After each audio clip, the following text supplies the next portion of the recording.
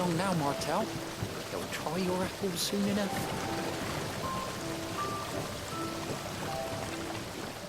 Sid, I was hoping to speak to you. Is everything all right? Oh, yeah, it's just, well, as you know, we've been trying to grow fruit down here.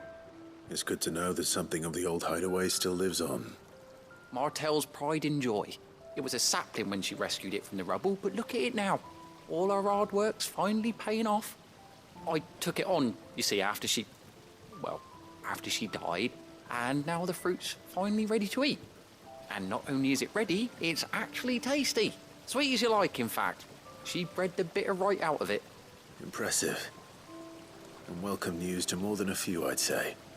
I thought this first harvest could go to the curse breakers, on account of all they do for the hideaway. You couldn't take them some, could you? Seems better them coming from you. It'll be nice being the bearer of good news for a change. Oh, thank you. She always had a soft spot for that lot, see? And once they've had their share, I'll see to it that everyone else gets some. Here you go. Martelle apples, they're called, in honour of her memory. You hear that, Martelle? Today's finally the day.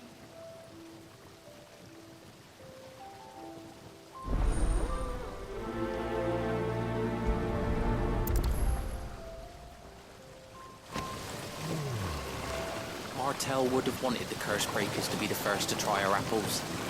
I'm sorry to put you to the trouble, Sid, but thanks. This tun here pulls the black from the lake water and renders it clear. You'll have to ask Mid if you want to know.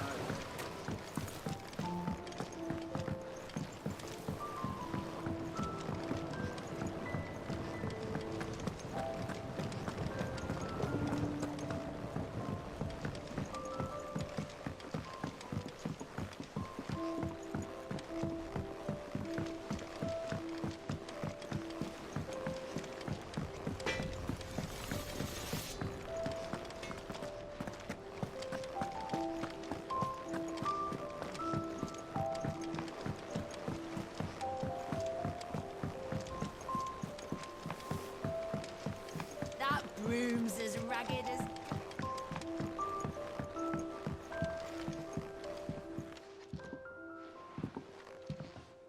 You two look like you could use something to eat.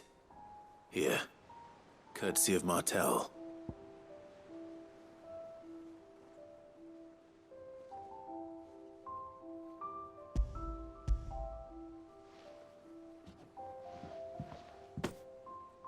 Martelle. Now, where have I heard that name before? Weren't she the girl from the Furrows? Course she was. An odd sort, that one. Loved plants more than people.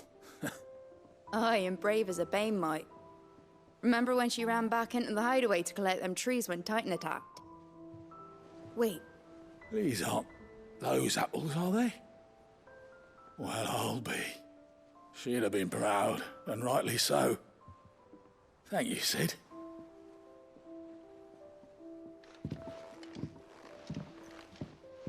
Others weren't so lucky, though.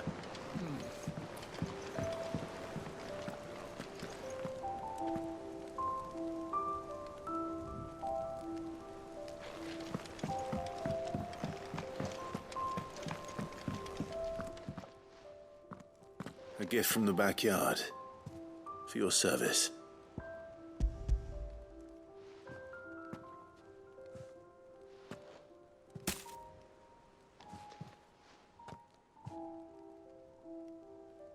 Blimey, these take me back. I haven't seen a hideaway apple since. Old Sid was the only one who could stomach the things.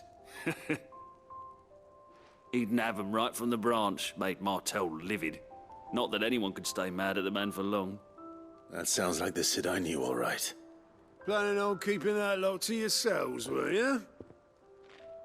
Hang on. These aren't Martelle's, are they? I'm glad to see someone carried on what she started. Can't have been easy, not in the Deadlands. Reckon she'd be happy knowing all her hard work didn't go to waste. Clive, Tell the lad down in the backyard to run some over for me, will you? Not so much as a thank you. Well, I've got some manners at least. Thanks, Sid. You can leave the basket with me. I'll see that the others get their share. Oh, and give our compliments to the gardener, won't you? That was the last of the apples. I should head to the backyard and pass along everyone's regards. Them old apples were enough to cook.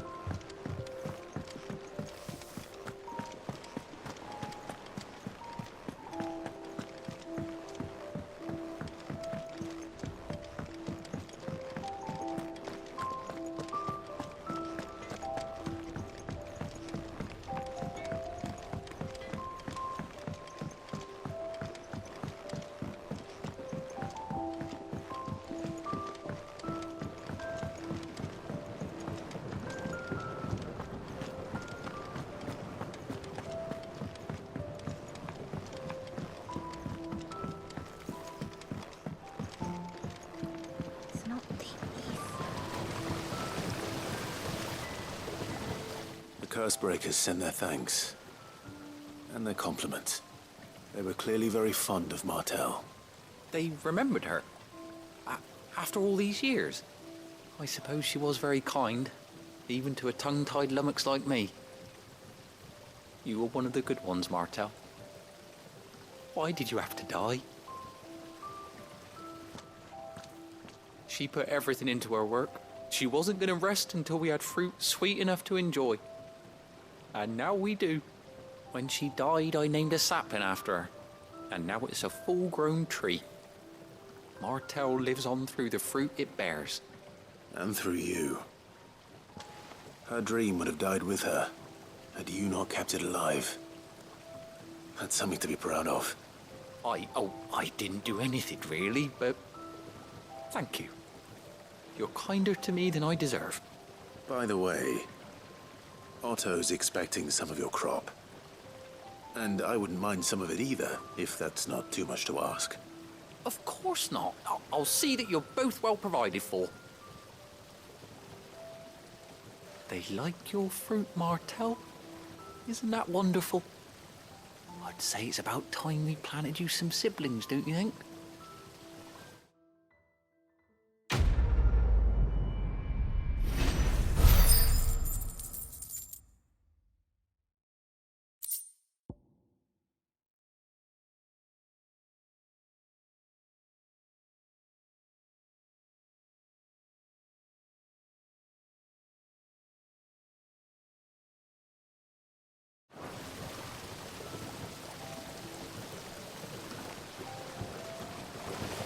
Just look at her.